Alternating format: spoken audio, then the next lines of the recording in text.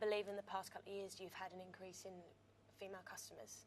That's correct, yeah. It's changed around. It's no longer sort of a taboo subject of gentlemen's clubs and lap dancings and strippers and things like that. There's a lot more females coming in groups with their partners. I think there's a lot of curiousness now. Would you consider having male entertainment for the females in your club?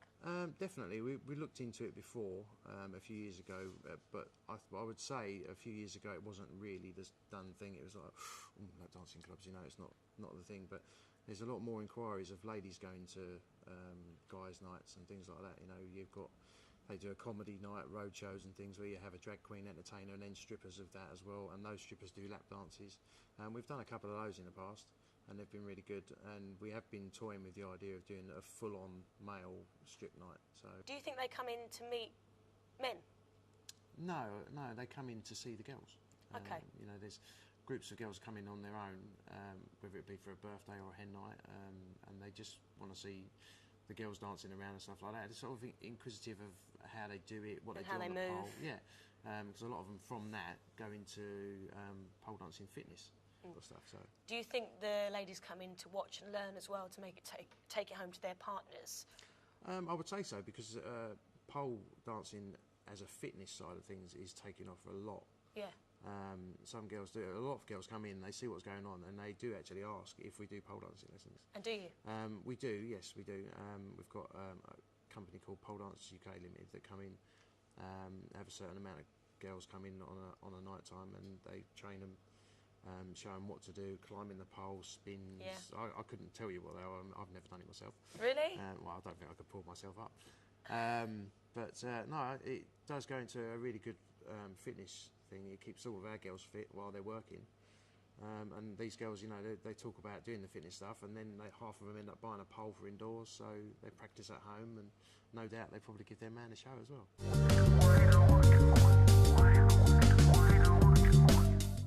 Would you give your partner a lap dance, or have you done? And how I do would, you... yeah. Yeah. If I knew how to do it. Have you done it already? No. Has he asked? I don't want to disclose that information. Give your partner a lap dance at home. Yeah. Yeah? Yeah. Would you ever give your boyfriend a lap dance? No. It depends what type of mood I'm in. Okay. I wouldn't completely say no. It just depends on the mood I'm in, yeah. Yeah, I wouldn't. No. Ever? No, I don't think I would.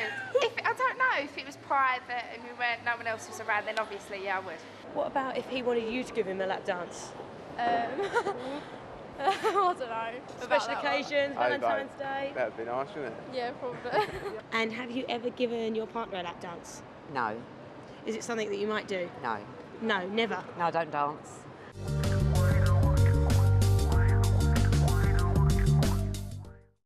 And you've also had some weddings here? Yes, that's quite a turnaround in events. Obviously no one would probably ever think of having a wedding in a lap dancing club, but somebody came to us to hire the venue just as their reception, because we've got good facilities in here. You know, it's quite a large area, the dance floor and the sound systems and everything else.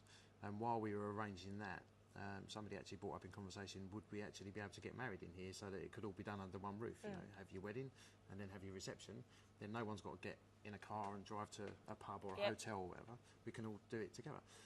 So we inquired about that, went to the council, applied for the licence, and they came down and had a look around, saw that we had the facilities. And at the end of the day, we're just a building. You know, lap dancing is our main business, but we can do whatever really, because it's literally bricks and mortar. Has anybody asked for it to be, you know, a lap dancing venue during the wedding? You know, so there are pole dancers. Not so far. Okay. Not so far. You know, the ones that we've done so far have been proper traditional weddings. The woman's been in a proper dress with the train and everything, and the guys have been suited up with the top hats and everything. And it's been a really good. You wouldn't think you was in a lap dancing club. Yeah. You know, it's like a proper traditional wedding. You're sitting there watching a band playing, and they're having their first dance, and people are eating. So the first dance can be around the pole. We decorate the pole, so it's there on the stage, but you know, we decorate the pole and it looks nice. So it's good. Thank you very much, Dean.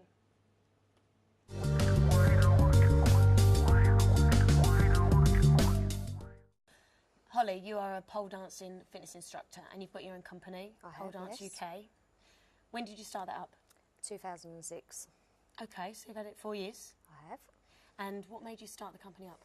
I originally was a dancer, pole dancer. I really took a like to the actual pole dancing itself and just decided to start the lessons from there. How many girls do you teach at one time? I started off originally teaching anything between 2 and 8. The first year was quite hard. I'm now on to anything between 25 and 35 girls per lesson.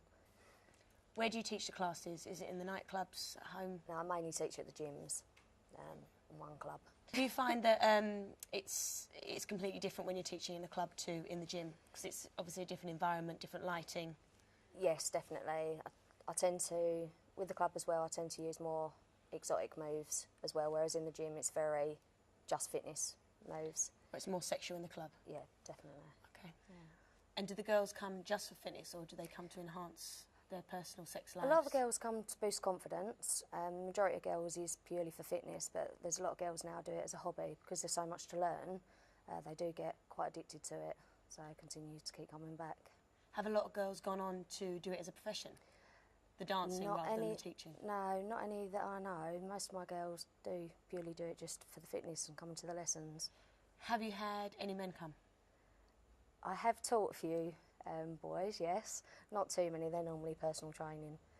Is it harder they to don't really come teach to the the lesson. I boys? don't mix the boys in with the girls because the girls do obviously become a bit uncomfortable, so I try to keep it separated. Have girls spoken to you about it enhancing their sex life at all? Has it been a conversation? Not really. I've had a few older ladies mention that they have done it to sort of spice things up at home. And When you say older, what sort of age range is that?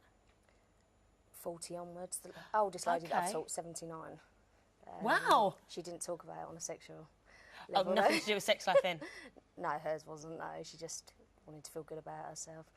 Why do you think it's more acceptable now to use pole dancing as a way of keeping fit rather than a step class or a water aerobics class? I think because it's become more popular and more and more people are hearing about it, and there's a lot more instructors out there doing it and teaching it, and the girls can see for themselves that it's not all like the high heels and the sexy outfits. There's no stripping involved. I think a lot more girls are doing it obviously for that reason. A lot of gymnastics involved in on Yeah. it. Well, it's an art form, isn't it now? It is, yeah. With the gym's great, but the gym does get boring after sort of 6-7 weeks, whereas pole dancing, they're learning something new every single week, so it keeps them interested.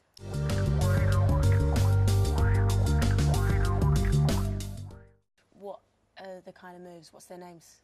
Yeah, most of the pole dancing tricks have got specific names. Got caterpillar, fan legs, split leg, all different names. A lot with combination in the class we use dance moves and the pole trick, so sort of balance it out a little bit. You're going to show us some, yeah? My girls are going to show you some a little bit. So it's caterpillar. Caterpillar. And how does that go? If you can try and explain. Right, okay. Basically, again, we'll invert the legs up, so she's upside down, and push the bum up and down the pole. Lovely. Fan legs? Fan legs, just like a sort of windmill with the legs, splitting the legs. Okay, what's the other one? Oh, split legs. So, Split legs? Yeah, so the girl hooks the bottom leg on the pole and she's doing the splits actually up the pole and then pivots herself around the pole. That's quite hard. I'm going to come to one of your classes with all my girls. Okay. Now, what stage do you think I'll be able to do the caterpillar and the fan legs, or they're just spinning around the poles? Fan legs we normally teach on a beginner, like a beginner class, so probably within the first 4 weeks you'll learn fan legs. Then when you start, you've been coming quite a while regularly, once, twice a week, then you'll start to go on to intermediate moves, which consist of things like the caterpillar. Split leg is more advanced move, so it'll be quite a few months before you learn those sort of moves. Some of the girls learn really quickly, whereas other girls do take a lot longer to master certain tricks. And do the girls come in high heels and sexy underwear, or do they come in comfortable clothing? Normally gym wear, ideally shorts and t-shirt because of bare skin on the pole. Like do get a better grip. Bare feet, no shoes. No shoes at all? No, because on my classes I use an aerobic warm-up. Obviously doing aerobics class in high heels is quite dangerous, so we don't recommend that. And then a cool down and obviously the moves in between. If a girl specifically taking pole dancing lessons to become a dancer, they tend to go on a personal training basis, so not part of a One-to-one. class. Yeah. Thanks for that, Holly.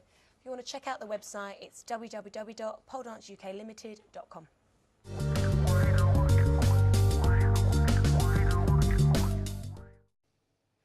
I'm joined by Jen. Jen's a fighter. Now, Jen, what do you specialise in? Specialise in Wing Chun. And what does that entail? What sort of thing? Very close combat sport. It was created by nuns many, many, many years ago. Wow. Yep. I've never heard of that one before. No, it's funny though. Actually, Wing Chun isn't really taught by a lot of women either. It's mainly taught by men because seeing as it's quite a close body contact sport as well. So. And that keeps you fit. It keeps me very fit. Yes. And that's how you started. You did it for fitness, and now it's become a profession. Yes. Started when I was 11 to sort of keep active, keep fit, and obviously it grew into something more. Do you think over the recent years it's become more acceptable for women to go into that strong profession, you know, as a fighter? Because, you know, some guys spoke about a fetish, about mud wrestling, but this is actually a profession. It's, you know, an art form. Oh, definitely. I mean, when you look at sort of like Olympic sports or anything like that, obviously it comes in two categories, male and female. It's a sport. Everyone should just get involved. Like, if you like it, you like it. I don't think it matters on gender. Do you go to see a lot of female fighting matches? Now and again, obviously, you know, obviously I've got a working life as well, so most of the time I'm down sort of gym, also doing my martial arts, but on the odd occasion, when I know something's coming up, I know something's good, see some good fighters, then yeah, definitely. What's the difference between a male and a female fight? Which is more exciting for you? Well, obviously, you know, if you watch two men fight, obviously you know that you're going to get a bit more sort of gory. They get far more into it. However, I find that with female fighting, sometimes it can be a little bit restraining in a sense, purely because no girl wants a mashed up nose, do they, really? Is there more technique with the female fighting rather than the male? I would say it's equal, really, seeing as, like, you know, it is a martial arts. That's it. You are taught what you're taught. So, obviously, you can't decide, oh, right, man has to learn this way, woman has to learn this way. You're in the same class together. I fight with men all the time, so. And it's much more acceptable these days for women to take that profession as well as men do. Definitely, yes.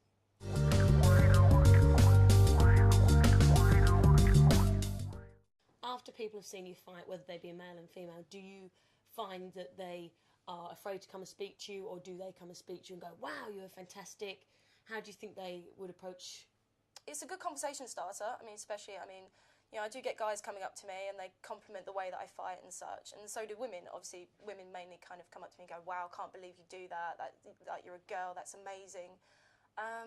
But no, in a general way, they don't really treat me any differently, like, especially if they want to come up and talk to me, because at the end of the day, they're just like, oh, fit girl, right, I'm going to talk to them. Good way to start talking.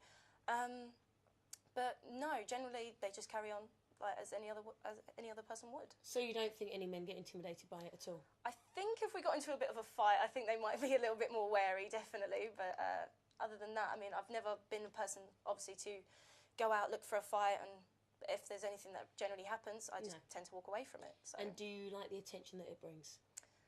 Yeah, you can't lie. You know, I think everyone likes a bit of attention. I know that I do. So.